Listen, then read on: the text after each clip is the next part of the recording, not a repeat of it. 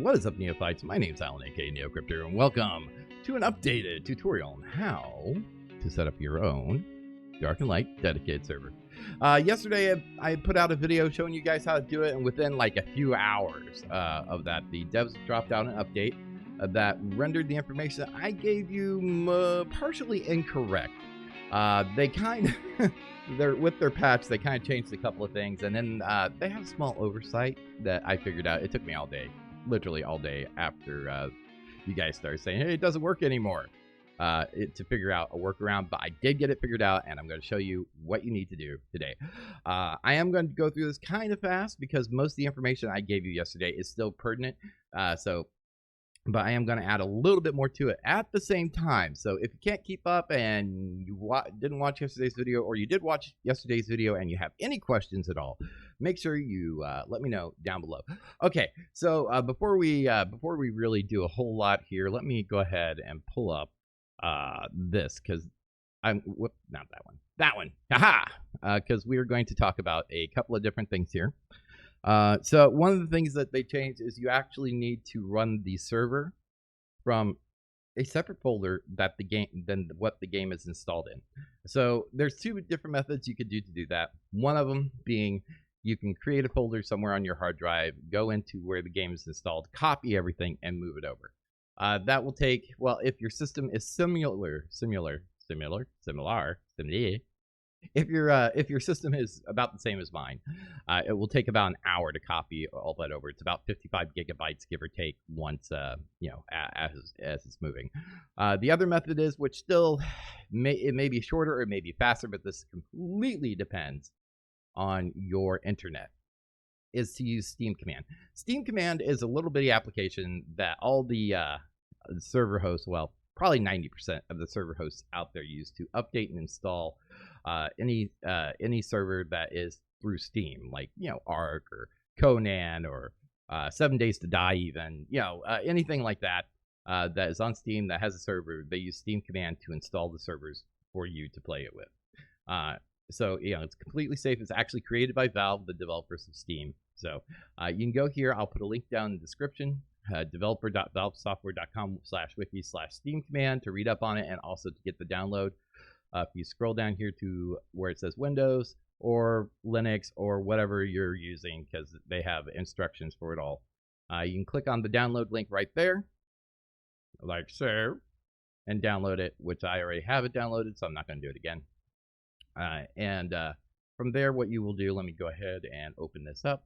And just, like I said, I'm doing this kind of fast because, to be frank, I already recorded this once, and because of some driver software update, I'm having to record it again because it did not record any audio whatsoever. So having one of those days. Okay, so once you get it, you can unzip it. I use 7-zip. You can use WinRAR. You can use the zip utility that actually comes with Windows. It does not matter because it is just a standard zip format. I prefer 7-zip. It's free. It's awesome. Whatever. So we're going to go ahead and unzip it. And in my case, I already have it unzipped. So it's complaining. It's like, hey, what are you doing here? From there, what you do is all this stuff will not be here. All you have to do, though, is come down here and find a little thing that says steamcommand.exe, which is all you will have at this point. All this other crap will not be here. You double click it, and it will double check everything. It will install any updates to Steam Command and download all the software for the application that you need, like it's doing right now. Apparently, there was an update from the version I'm using, so it's updating it right now, as you can see. This only takes a second because, well, it's a really small program, and it's done, and we can close it. Next thing, what you will do if you want to use the Steam Command method is you will need to make a little batch file, which is pretty easy. Like right here, let me open this one up because this is mine. If you guys need a link to any of these batch files, let me know. I'll be happy to host them, put them up on my Google Drive or something for you guys to download. But anyway, it's pretty easy. All you need to do is come in, make a batch file, which is just a text document, normal text with .bat as the extension instead of .txt. Come in here, echo off. It means it doesn't output a bunch of crap that it doesn't need to. Put start, and then you're going to put a link or the link. You will put a path to where you have Steam Command. In my case, it's d:/steamcommand.exe. Then you will put plus login, and then your Steam name. That part is important. With a lot of the servers say Arc, you don't need to do this. You can log into Steam anonymously, download the server software, which eventually I think you will probably be able to do with Dark and Light. But right now it does require you to log in with your Steam account to verify that you actually own the game. So you log in with your Steam name, or you put plus login, your Steam name, plus force_install_directory. In quotation marks, you will put where you want it to install the directory. In my case, be Steam command DNL server. Then you will put a plus app_update. And then this part is very crucial. You put 529180. That is the app ID of Dark and Light on Steam. Yeah, you can look that up. There's a steamdb.com. You can find out the app ID for anything, or a lot of information about the games that you want there. Pretty handy website. Validate, then plus quit. All that does is say, hey, we're going to install this or update it. We're going to make sure that everything installed right, and then we're just going to quit. Now, for me, it takes about the same time to install it from scratch as it does to actually copy it over. I have fairly decent internet, so like I said, it might vary for you guys. So it's up to you which is quicker. A bonus side of doing it this way, using Steam command, is every time there's an update with the game, you will have to manually copy those files over if you're using the copy to another folder method. If you're using Steam command, all you will need to do is come in here and double click your little install.bat to get everything up and going. You know, it'll go through, say, okay, we have an update, we're downloading it, bam, you're good. End of story. Okay, after that, you will end up with the same thing as we had yesterday, which is in here, the DNL server. You know, you go in DNL binaries, Win64, and you have your DNL server exe, the DNL.exe. So everything you saw yesterday in yesterday's video. You will need to make a bat file, which I covered how to do that yesterday, but I did make one mistake there. Thank you, phone. I will look at that message in a moment. I did make one mistake yesterday. I told you guys to start copying from query port.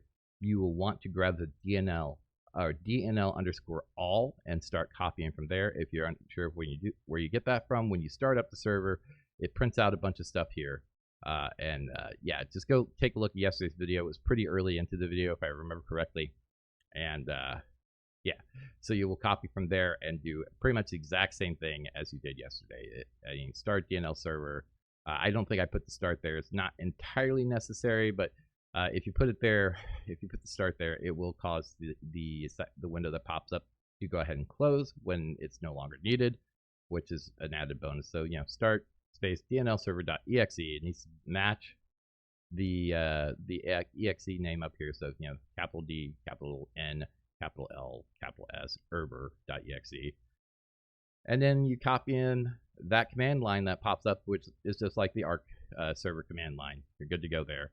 Add this little bit on the end, which will actually be there when you in your command line that you copy from the actual server startup. So good. There is one additional step you do need to do, and this is where the devs had an oversight. Typically, when a server starts or application starts up, it registers what its app ID is for Steam. That way, the Steam service and the game server browsers know that this app is actually a server for that game. For whatever reason, they accidentally left that step out. All you need to do is, in the same folder with your server exe, is put a text document, just simple plain text document named Steam_app ID.txt. You know, like it says, because text document. Open that up, and we'll put the app ID of the game, 529180. That's it. Just put that in there. Click save, and then when the server starts up, I just started loading this before I started recording. But you can see up here now it says setting breakpad mini dump app ID equals, and then the app ID of the game. That is it. After that, your server should show up in your server browser under LAN and all that. I'm going to let this fully boot up, and then I'll show you how that looks like, and I'll show you another way to add it so you can see it without actually logging into the game to make sure it's up. And also, I'll talk about how to do a little bit of port forwarding by request, and I will also show you how to easily and simply give your friends a link for them to be. Wow, I'm popular today. I'll show you how to give your friends an easy link for them to be able to connect to your server. Anyway, I'm gonna let this start up, and we'll be right. All right, guys. The server is fully booted. Like I said, on my system, it takes it takes about 5 to 10 minutes for this to actually boot up fully. But it will obviously, like I said in the last video, vary depending on your setup. If you're using off the SSD, it should be a lot faster. Okay, so the server's up. Now what you can do is come in here to your Steam client and go to servers. And under favorites, we're going to go ahead and can I remove you? Yeah, we're going to remove that from the favorites. Hopefully it will go away.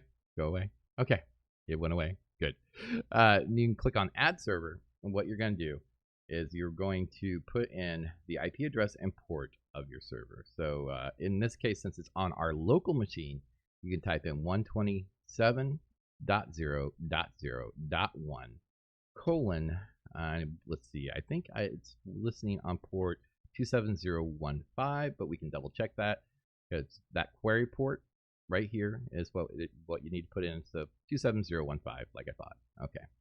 So 27015. Then we can add this to favorites, and now it should be there. Again, yep, Neophytes, Paradise, Dark and Light, 127, blah, blah, blah.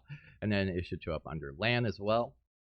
That should show up there without you having to add it. You can just click on this little LAN this little LAN tab, and you should be able to see it. And now when you open up the game client, it will be there as well. Just to prove that, we will go ahead and do that. And then I will show you how to do the port forwarding and give your public IP address to your buds for them to be able to connect. Coffee. Coffee is good. Yeah? I think so. Let me know if you think so in the comments below. Okay. Alright, the game server or game client's fully booted. So now we go in here to play online. Check the sacred path. And make sure you're on LAN in this little drop-down box. There's your server. You can join it. Easy peasy, lemon squeezy. So that's cool. That's groovy. That's done. All right, so let's talk about port forwarding real quick. And now this is just going to be a quick little generalized bit because everyone's router is different, but the principle is the same. So the exact same thing should apply here. Go ahead and open up your router. In my case, is 192.168.0.1. A lot of times it's either that or 192.168.1.1. Type that into a web browser. It should pull up your router. Log in with your username or the username and password. If yours has a CAPTCHA like mine, God, I'm so sorry because I hate CAPTCHAs. The same. How do you do a little square? I mean, what is that? What is that right there? We're going to try it without that square because I don't think that's a symbol. Or we're going to regenerate that word. Type in the password. Go in here. 143 Delta 1. And log in to your router. On mine, I have to set it over to advanced mode, like such. Then we go to port forwarding, right there. This is how you will set your ports. For this one, we're going to put, for name, we're just going to put DNL server. And it probably will not be here yet. My router does have a bunch of games already built into it. So you can, so to make it a little bit easier, but we're not going to worry about doing that. We are going to put 27015, just like, that query port. That's what you're going to put in here. And you're also going to put it for UDP. So TCP and UDP, some routers will have it set up, instead of having two separate fields, it will have a drop-down box for you to choose either TCP, UDP, or both. If yours is like that, set it to both.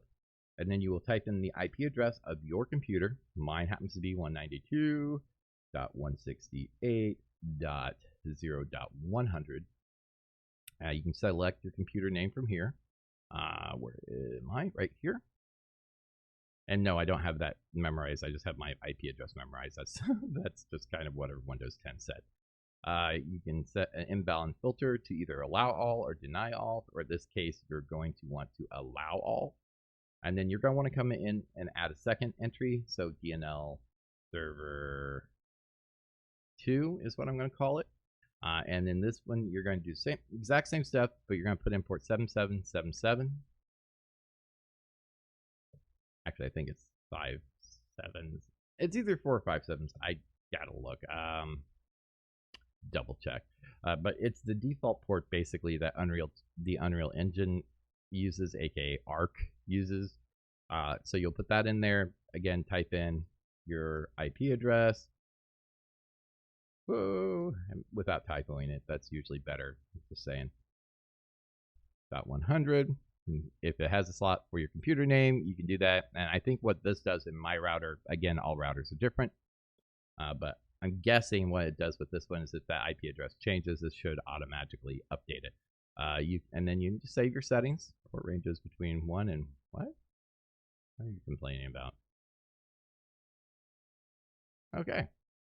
We'll go ahead and activate that. Well, what did you complain about? Okay, so you know what? It is 7777. It's not 5 7s because that is an invalid port range, and I should have known that from my days of doing IT work, but I am not really awake. So yeah, 4 7s. And apply the settings. You're good. Your router will now let that information or let that game connect to the internet. Next thing you will need to do is this will be similar on all systems that are running any recent version of Windows, anything from 7 to 10. You're going to want to open up your control panel. So do that, and then under Windows Firewall, you will open that up, click on Advanced Settings, and then you are going to make an inbound rule. So click on Inbound Rule, New Rule, and then all you really need to do here is follow the little setup wizard. So you can select program, and you will browse to your program's path. So select your DNL server.exe, click next again, allow the connection, click next. Make sure you have either your domain, private or public network selected, whatever you want to do. I just leave it on all three because why not? Give it a name, DNL server, and click finish, and bam, you're good. That should be the only steps that you need to do for port forwarding. Now, let's talk about giving a good IP address or a good way for your friends to connect. If you don't have a domain name, I do have a free domain name that points toward my computer, which I'm not going to give you guys, but it's that way if I am out and about and I need something off my computer, I can access a shared folder that I have set up, be able to have public access to the internet and grab what I need. But if you don't have something fancy schmancy like that set up, you can come over here to ipchicken.com and get your public IP address there. And then what you can do is, remember how I had you add it into Steam? All you need to do is tell your friends how to do that. Go into servers, internet, or wait, favorites, add a server, type in that public IP address with the 27015 or whatever port you configure for your query port. That is configurable, by the way, so you can change that. So not everybody knows the exact same thing, but there is a certain range that Steam likes for that. I'm not going to go into that today, so 27015 should be good enough. And my phone is going spastic, people. If you're out there and you're texting me, quit it. I'm busy. Okay, we're recording a video here. I mean, for real. And I should probably be professional enough to remember to turn off the sound on my phone. Just saying. Okay, so yeah, you'll type in the IP address that IP Chicken, or have them type in that IP address that IP Chicken gives them, and the port, and add it in right there. And now that server should show up in your friends' favorites. So easy peasy, lemon squeezy. Okay, so beyond that, there is another thing that you can do. Steam has a protocol, like a hyperlink protocol.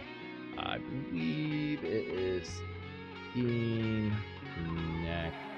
Yeah, you type in like, yeah. I remember what it is now. But I'm gonna pull up a text document so you can see what I do here.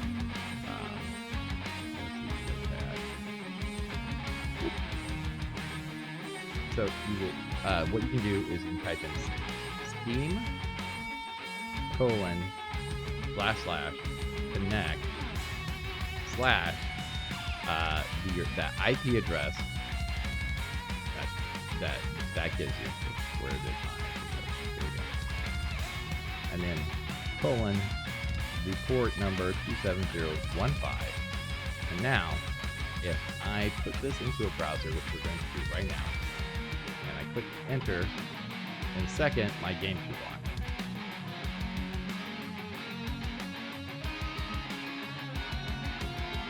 Yeah, as you can see here, it just did silently. It's automatically trying to connect to the server, and it's saying that server requires a password because we do have a password. Now, if I type in the password right there, the actual game client will launch, and it will try to automatically connect you to that game server. So there's a handy dandy little tip for you. All right, guys, I hope you found this useful. I don't actually want to do that yet right now. But I hope you found this useful. Hopefully I didn't go too fast for you. Like I said, most of the information is the same as yesterday's video with the addition of the app ID file and adding in the DNL underscore all when you copy your query or your command line information to the batch file. Other than that, it's pretty much all the same information. I hope you guys found it useful. I hope it helped out and cleared up some of the confusion that yesterday's patch caused. If it did, make sure you hit that thumbs up button. It helps me out a great deal, guys. And if you have any questions, please feel free to leave them. I will probably be releasing a video tomorrow or the next day, kind of go over what some of the settings do and how to edit the INI file for the game.